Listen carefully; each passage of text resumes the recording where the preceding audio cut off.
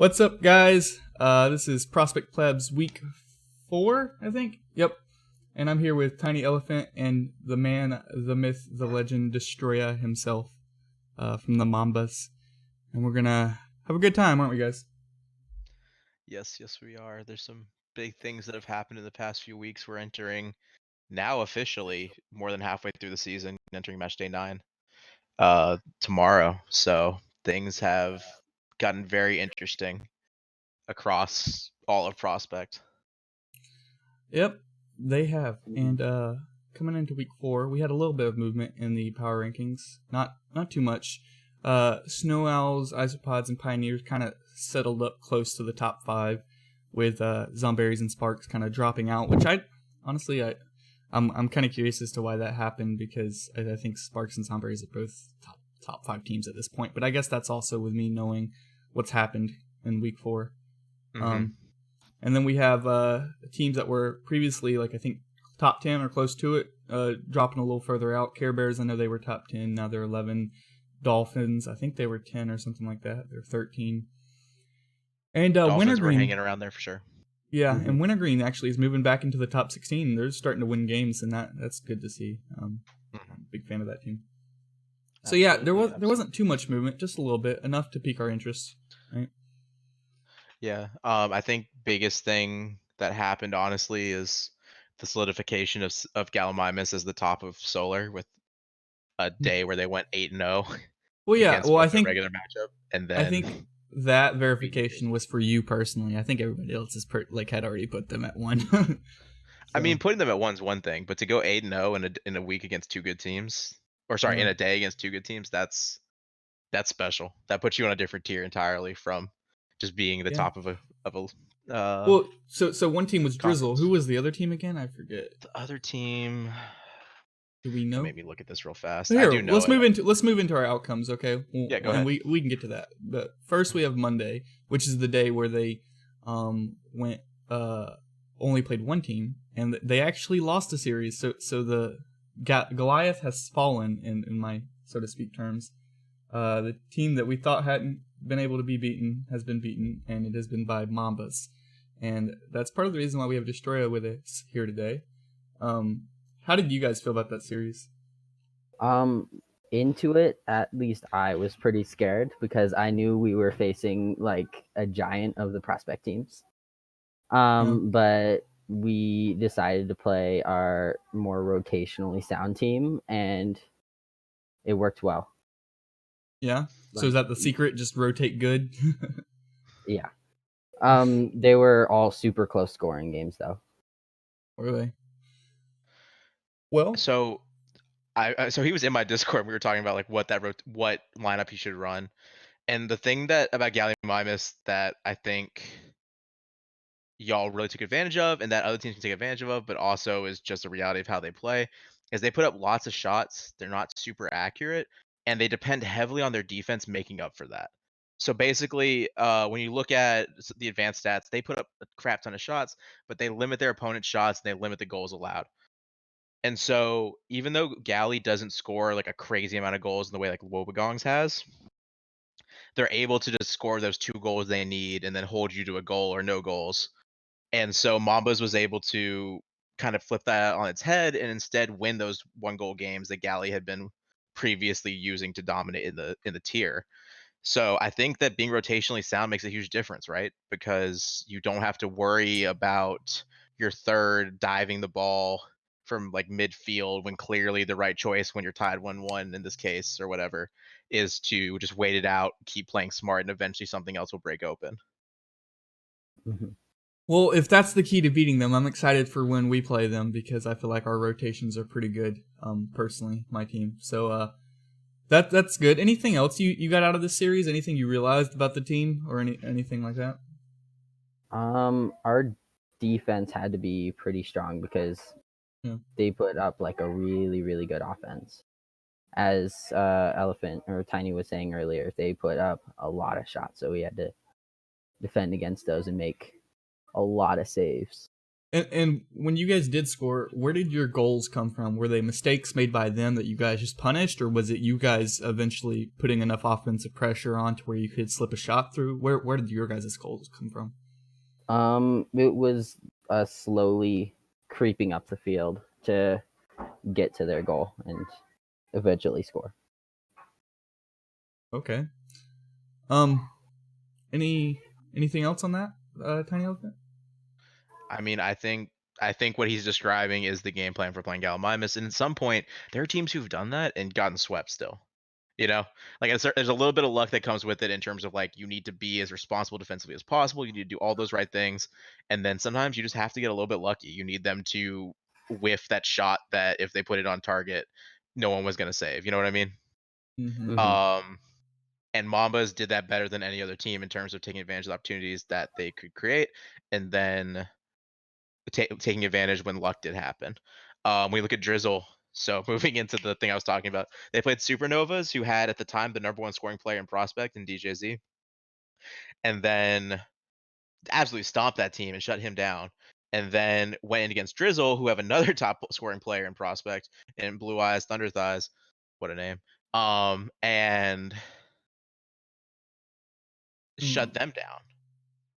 They're very, very good at 1-goal games. When they played Gallimimus, almost every one of their games was a 1-goal game. Oh, not Gallimimus. When Gallimimus played Drizzle, almost every game was a 1-goal game. And so when that's the case, that puts so much pressure on the other team, because at the end of the day for Gallimimus, they're literally 16 games away from locking up a playoff berth. Every other team is at least 4 games behind them. And in the Solar Conference, the next closest team is Zomberry is at 6. Wobegongs is only 3 games behind them. True, but they're in a different conference. Yeah, I guess. So they're not in the same race with them. Yeah, so my point here being Gallimimus has the freedom to just go for it. And that's what really impressed me playing them from the first week on, is that in overtime they didn't play scared. And I don't think they play scared now, even though honestly, after losing 3-1 against Mambas, like Mambas is a good team, absolutely, like to pull that off. But I know that would mess me up, and they came back and dominated. And so I think there's a lot of value in looking at what Mambas did, because that's very impressive in a blueprint, but also in some ways speaks to the strength of Gallimimus that they're able to come back from that so well. So with that said, I think we're gonna move into a little bit more of the other games throughout the week, and not try to focus this entire podcast on Gallimimus, but those are all some good points. And speaking of the giant that is Gallimimus falling, we had a couple other shakeups and upsets throughout the week that weren't necessarily expected. The top game on this results list for Monday is Compost Bins versus Dolphins, and we saw in the rankings just previously that Dolphins had fallen to 13 for the tier, but they're not a bad team at all. They're still a really good team in my opinion, and for Compost Bins to come in there and 3-1 Dolphins, that says a lot for Compost Bins in my opinion. And that's just one of the many upsets there were this week.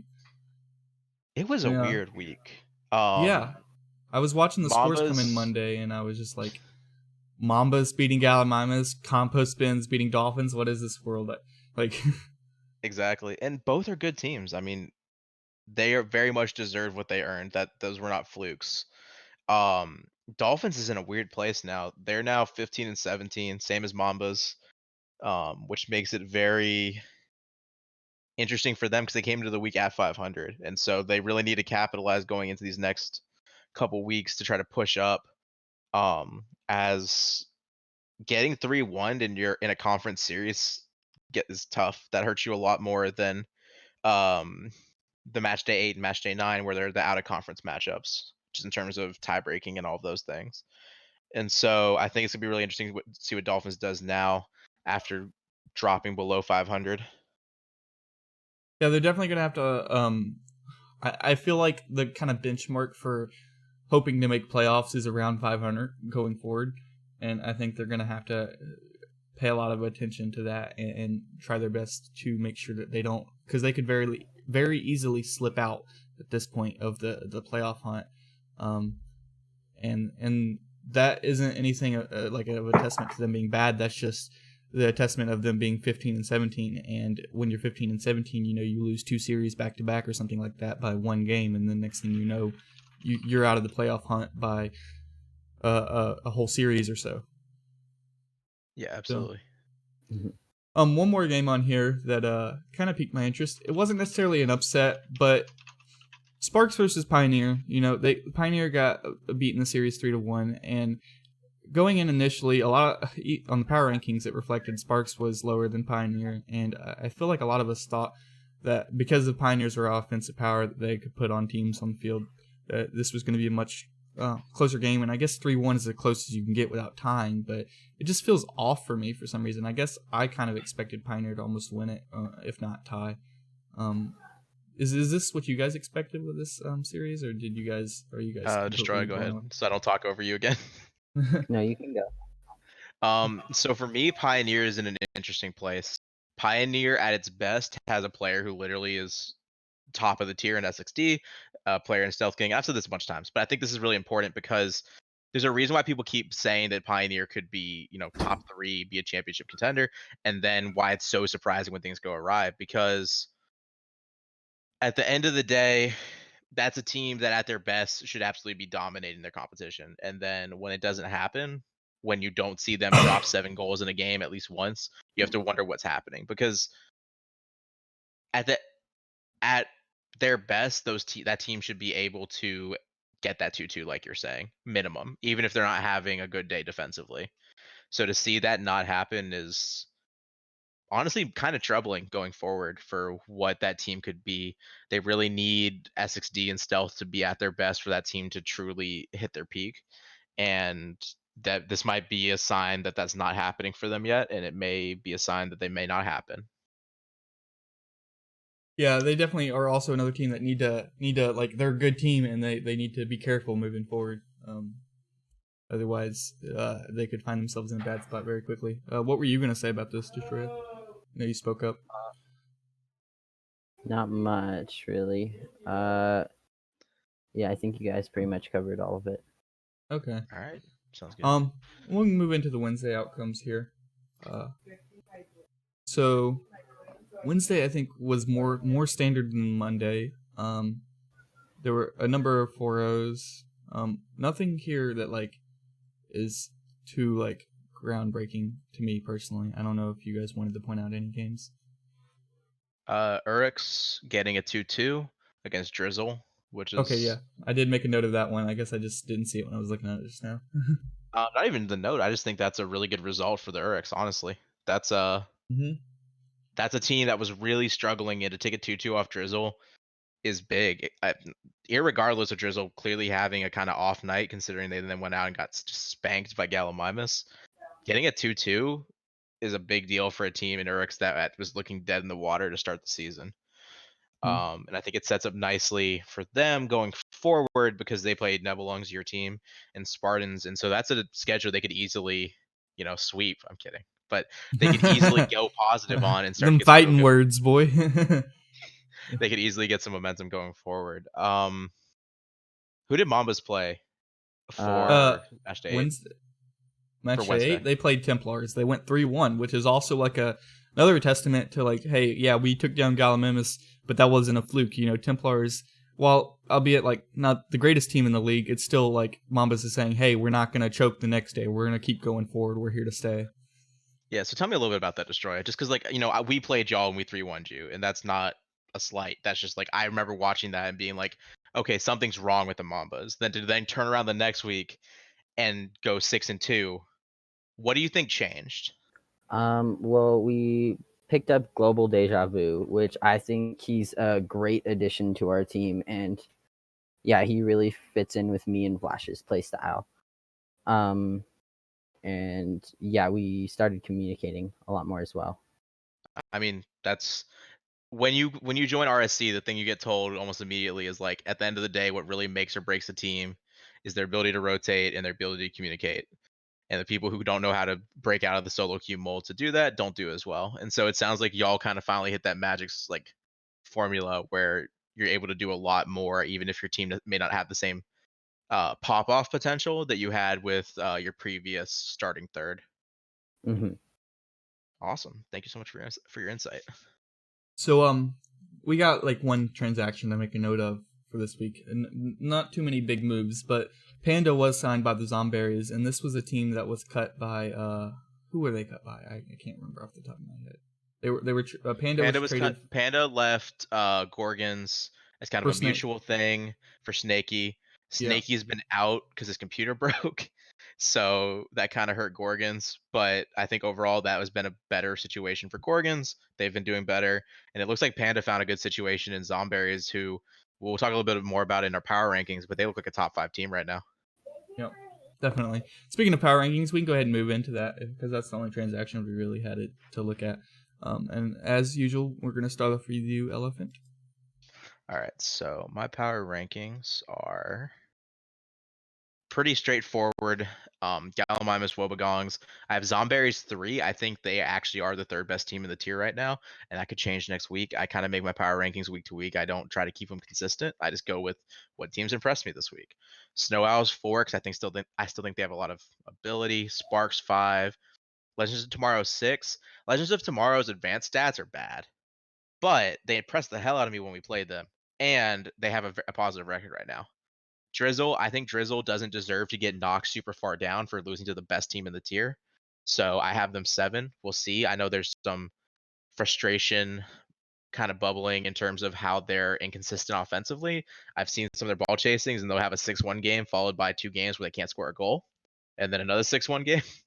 And so, at the end of the day, 12 goals in 4 games sounds good, but if it only comes in 2 games, not a great result. Isopods, again, good team. Nebelungs, I have number 9 right now. Partially because you allow me on this podcast, but partially because I think that team could be really good. And finally, for 10, I have Pioneer because I just refuse to give up on the pop-off potential of having Stealth and SXD. This is really the make or break week for me, though. I'm going to drop them if they don't show me something. Okay, well, we're gonna go into mine, and for the most part, in the top 5, I almost exactly agree with you, and I think even Bonk, we all had the exact same top 5, except we all 3 disagreed on the order for ranked 3 through 5. I think you had Zomberries. We exactly flipped them. Yes. Yeah. So I, so I have Snow Owls at 3, Sparks at 4, and Zomberries at 5, and to be honest, for my rankings, I guess there's not any method to that other than the fact that I've been trying to remain more consistent, and throughout the rankings and the weeks, that those are the teams that have risen to the top in that order. So that's kind of like why they're in that order for me. But I think this week coming up, we have an interesting series. Zomberries play both Gallimimus and Wobegongs this next week. So they're either probably going to drop out of the top 5 for me, or they're oh my god, I didn't even realize that. What a fucking shit week. They're going to really impress. Man, this is a week where you either could just, like, honestly, if Zomberries wins both those matches, I'd put them top of the tier. Mm-hmm. Like, without a doubt. Yeah. If they 3-1 both Wobegongs and Gallimimus, I'd put them. I'd probably put them second though. Maybe not number 1. I mean, that'd be amazing. But wow, the question is, if they get, like, say 4-0'd by Gallimimus as they do, and 4-0'd or 3-1'd by Wobegongs, it's like, what do? Do you drop Zomberries to like 7 or 8, or do you like say, hey, that was the 2 toughest teams in the conference, you're staying at 5, I mean, I think I'd keep them 5, just like I said with Drizzle, in terms of not punishing them for losing to the best team in the tier. So, I think as long as Zomberries shows something, they could be good. Sorry. I guess if I wanted to hop aboard the hype train and try to hype those games up, I'd take your route and rank them number 3. But I personally think that Snow Owls and Sparks probably are performing a little bit better than Zomberries right now. But yeah, that's an interesting week for Zomberries coming up, and we'll get to the games of the week next week. And but yeah, I look forward to seeing how they fare throughout the week. And then in the last 5, I have Isopods, who have just remained consistent. Drizzle as well. I dropped them, I think, a spot, but to be honest, they played the toughest team, and they had a little bit of an off series with Urix. But they 4-0'd Breadsticks the Monday, so it's like, Drizzle, you're still there. You're able to compete. I have my team up at 8 from, I think, 9 last week, just because Pioneer was ranked so highly, and we ended up tying the series with them. But throughout the series, we definitely could have took one more game in my opinion, and we just got a little too tilted after the second game where we got absolutely smacked.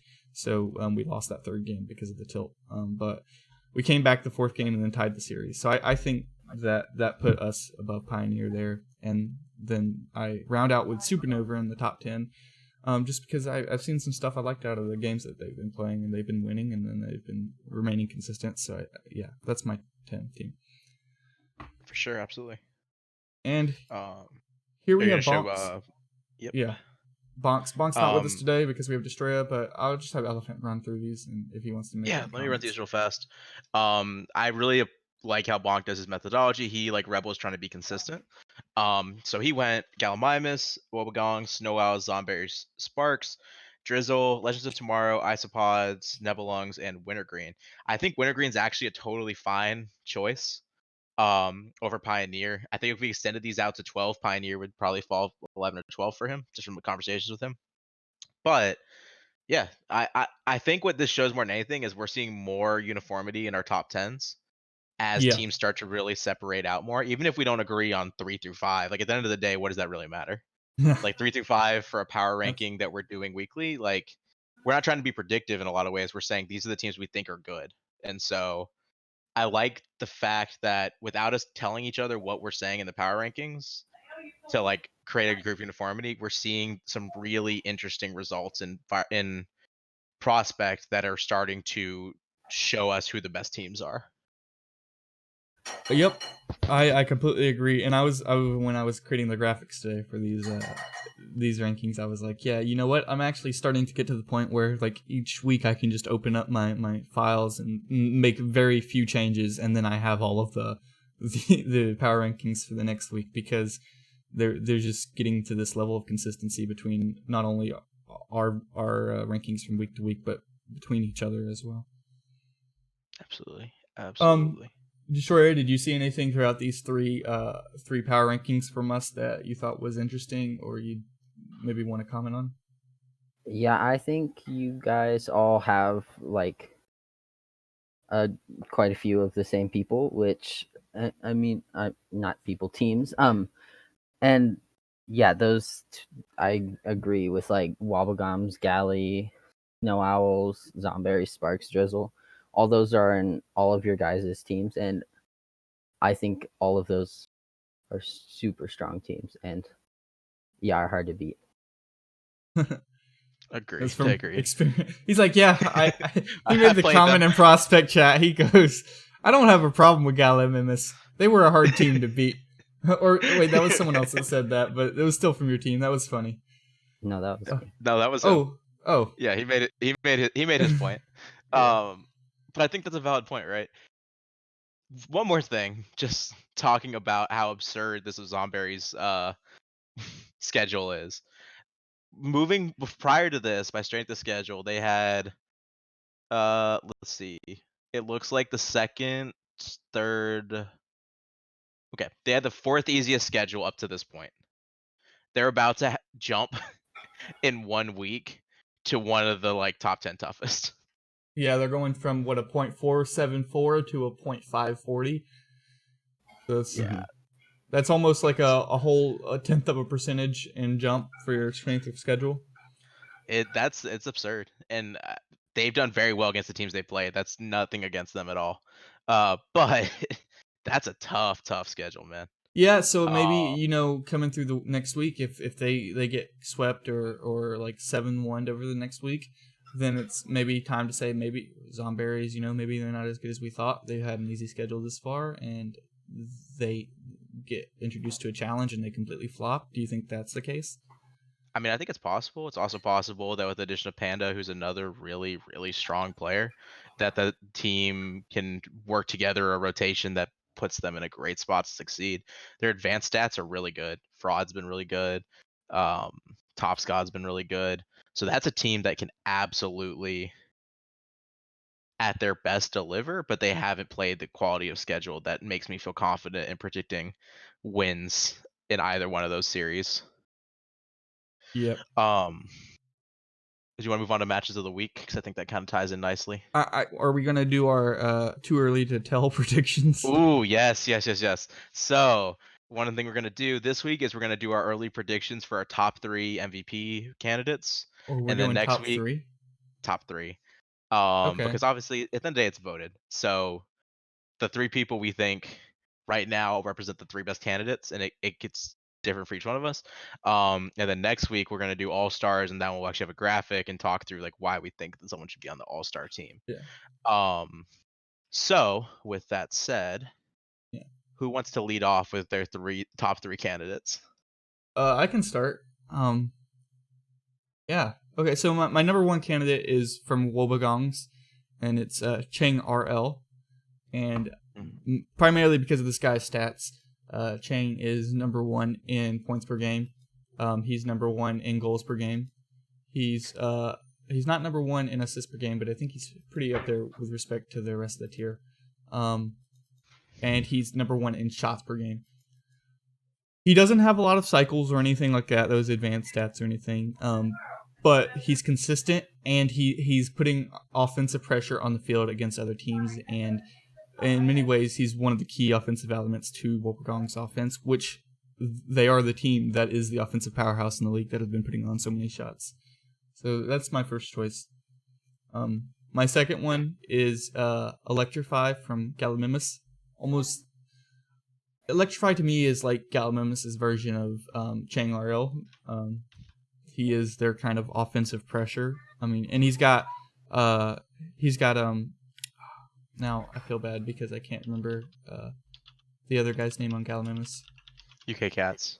Yeah, he's got UK Cats there with him also as part of the offensive pressure, but you see a lot of the stats coming out from Electrify, and I think a lot of people, when they think of Gallimimus, they think of those 2 players, and I think Electrify is the one that people would vote for. And then my third one is going to be Action Chugger, because what a name. I mean, you can't not include this dude on the in the top 3 for your. I know if I see him on the ticket, I'll vote for the dude. But no, he's also been putting up great stats on a great team that's been winning, and I think he's also a really good candidate. Absolutely. Okay, so my top 3, Busquets. For isopods, he leads the entire league in goals right now. Obviously not in goals per game, that'd be Chang, but I've been very impressed by what he's doing on that team. He's got 13 cycles. He's got Holy shit. Yeah, 13 cycles, 5 hat tricks. The man's got 33 saves also. He is strong carrying isopods. There's no one else from isopods even close statistically. That is very impressive to me. When we're looking beyond that, just my second pick would probably be Chang right now. But honestly, deep down, I think it's Avid.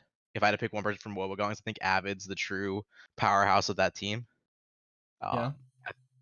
He's got 35 goals, 26 assists, and 43 saves. It's a hell of a season. And then finally, my third one would probably be at this moment Fraud or Vendetta, depending on your choice. And the reason why is they're a little bit farther down in terms of teams. Fraud's only had 20 games, but he scored 22 goals, has 17 assists, 34 saves, and a 70% winning percentage. I think Fraud is really, really important to what Zomberries does at their best. So that would be my top 3. Destroy, did you bring any with you? I know we didn't give you a heads up, really. Give you a little bit of notice, but... Well, just now I've been looking at it, and... just on the spot. Yes. I would choose Electrify because, well, he's on the leading team, and he does, like, a lot for their team. He scores a lot of their goals. I think he has 3rd most goals right now or something like that. But yeah, he's a really good player too. And I would also choose Blue Eyes Thunder Thighs because for one, I've played with him a few times. I guess I'm a little bit biased in that way. Well, let's be clear here. Voting for MVP is a biased thing. So. Yeah, it is absolutely biased. So if it's someone you like and think is good, say it. Well, he's a good player, and he's on one of the better teams. They got ranked 9th on the power rankings, and yeah, he's not top on, I don't think, any of the stats, but he's up there in almost all of them. And I don't think I have a third. Yeah, I was gonna say, don't feel like you had to fill out a ticket of 3 on the spot, man. Yeah, but no, I think that's good. I think it's very revealing how different we view the MVP race right now. And that's why I wanted to do it this week, is because it's worth calling out or mentioning all those people. They've all had great seasons. You can see it statistically, but also just talking to people in Prospect, which people know me. I love to talk to people and find out just like, tell me about your team, tell me about how things are going. There are people that I'm hearing really good things about also. Like Avid is someone that I know Wobegongs loved that they've added to the team. Busquets, same way with isopods. And so at the end of the day, we're still a long ways away from voting for an MVP, but I think it's worth mentioning and recognizing people who are putting up great starts to the season. Yep. And speaking of MVP and the start to the season, we're actually halfway through the season, so it's about time to start talking about the playoff races. So we're going to look at the conference standings after week 4 here. And first we have Solar up, and I apologize, guys. I didn't actually post these in our materials channel for you guys to view. But if you have the stats in front of you, we have a few teams that we would say are probably solidly in the playoff hunt and most likely going to secure their spot within the coming weeks, and that's Gallimimus, Zomberries, and maybe even Drizzle and Legends of Tomorrow. Not quite sure on those two yet, because they could still, I mean, they've been performing well, but if something goes south, anything below Zomberries I think could easily be kicked out if they start performing very poorly. So this is the standings, including the playoff hunt for the Solar Conference. And the key area of focus right now is like that black solid line running across some plus or minus 2 or 3 spots, Any of those teams could drop out. Any of those teams could get back into the top 7. And yeah. So any thoughts from this the Solar picture right now, not the Lunar? There's a lot of clustering, right? So there's 2 teams that are 13 and 19, 2 teams that are 12 and 20, 3 teams that are 15 and 17, and then it starts to stratify a little bit. So Kappas could easily be 15 and 17, or 17 and 15. So when you're talking about 1 game differences, we obviously have a lot of way to go, but I do think you really do see a little bit of a separation, even though it's only 2 games, between like a Mambas and a Care Bears, or a Mambas and a Compo Spins. There's a lot of room to still move around, but at the end of the day, Firecrackers, Dolphins, and Mambas are all the exact same record. Mambas obviously has a worse conference win percentage, but overall not that big a deal. Care Bears has a better conference win percentage.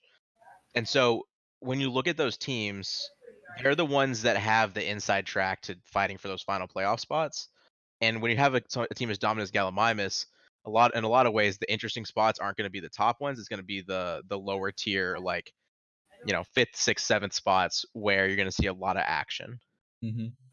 It's funny that you mentioned Mambas to me, because going into week 4, Mambas and Care Bears was almost flipped. I think Mambas was their good week that they had in week 4 with their 3-1 on both days, and Care Bears got 3-1 on Monday, and then they got 4-0 on Wednesday. And so because of those 2 game days, it was a little bit of a cause for that separation. If it weren't for those, and Care Bears and Mambas continued on like they had been in the first 3 weeks, then you might see Mambas still at 13 and 19 or 12 and 20, with Care Bears up there with Kappas and Nebelungs around 16, 17, 13 or so. If you'd asked me to predict what Mamba's record would have been this time last week, I would have told you they'd be where Care Bears are. Because there's no way you'd expect the Gallimimus win, but also just having played them, that version of that team was a team that was susceptible to getting 3-1 regularly. Yeah. And now I don't think this version of the Mambas is nearly as susceptible. So I think they're in a really good place moving forward. Dolphins also got some work cut out for them. Like we said, they're in a spot where they need to start like paying attention and working towards making sure they don't fall out of this race. So next we have Lunar. We're going to try to hurry up here, but Lunar, you got Wobegongs, Snow Owls, and Sparks probably pretty solidly going to secure a playoff berth. I mean, there's still, a couple weeks before people can actually start securing playoff spots. But those teams, if there are any, are probably going to be the ones from Lunar to do it. The teams to worry about in this area are the teams like Wintergreen, Supernova, Spartans, Gorgons, and even Pioneer now have kind of slipped out of their secure kind of spot that they had going into week 4. I agree. I think what's interesting about Lunar is that after Gorgons, it gets kind of sad. Not sad, but scary. Yeah. You have teams significantly behind. And yes, it's only 3 games, but when you're competing at that level, like really only one of Soul, Punch-Outs, Cucumbers, or Urix has even a shot. And they need to be playing at a 3-1 every week level to make it back up. Mm-hmm. And that's a stressful thing to do, to have to average a 5-3-6-2 every single week to have a chance. And like, that's tough. I'm curious if we see a trade. Sorry, to add to that, because they have a little more stratification. I'm curious if we start to see trades from their GMs to either bolster other tiers or to get draft picks, and if we start seeing like some of the really good players on those teams potentially being traded to bolster mid-tier teams. Yeah, that actually may start happening here soon, and that would be really interesting because that could shake up for someone like Pioneer. Or maybe Pioneers might not be a good example, but like Wintergreen.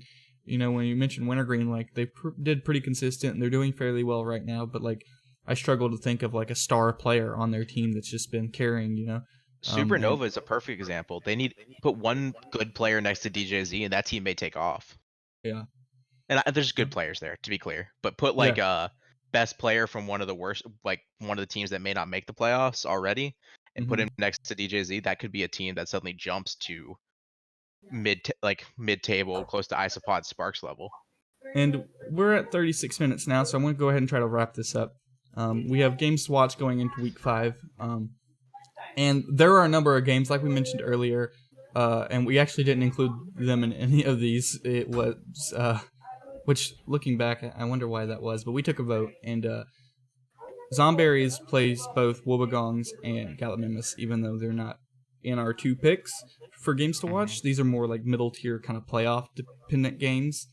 But those are games to watch as well. But here we have Drizzle, Pioneer on Monday, and then Wobegongs and Sparks on Wednesday. Yeah, I think our picks make sense. One of the things that I think is valuable about pointing out games to watch that maybe aren't necessarily the Zomberries matchups, that obviously I was like, holy crap, that's big, is it's worth shining a light on teams that aren't just playing like the number 1 team in the league. And so I think Drizzle Pioneer is big because both those teams are kind of at a crossroads at this point and really need a good result. And then Wobegongs Sparks could be huge if Wobegongs drops that series to start the week against Zomberries. That puts a lot of pressure on them. And then obviously at the end of this week, as has been publicized, we have their show match best of 7 against Gallimimus.